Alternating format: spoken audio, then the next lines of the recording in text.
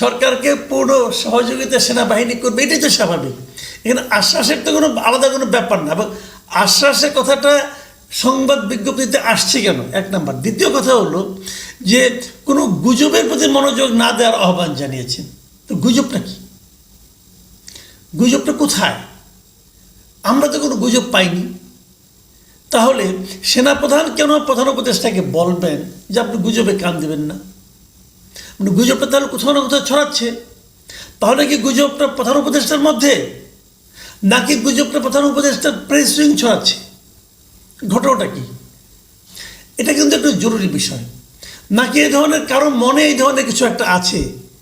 সম্ভাব্য গুজব কি আমি জানি না, ধরে নিলাম একটা গুজব আছে। গুজবটা কি? সেই গুজবটা কার মনে আছে, অথবা সেই গুজবটা কে ছড়াচ্ছে, অথবা সেই গুজবটা কে শুনতে পাচ্ছে? এই প্রশ্নটা কিন্তু জরুরি।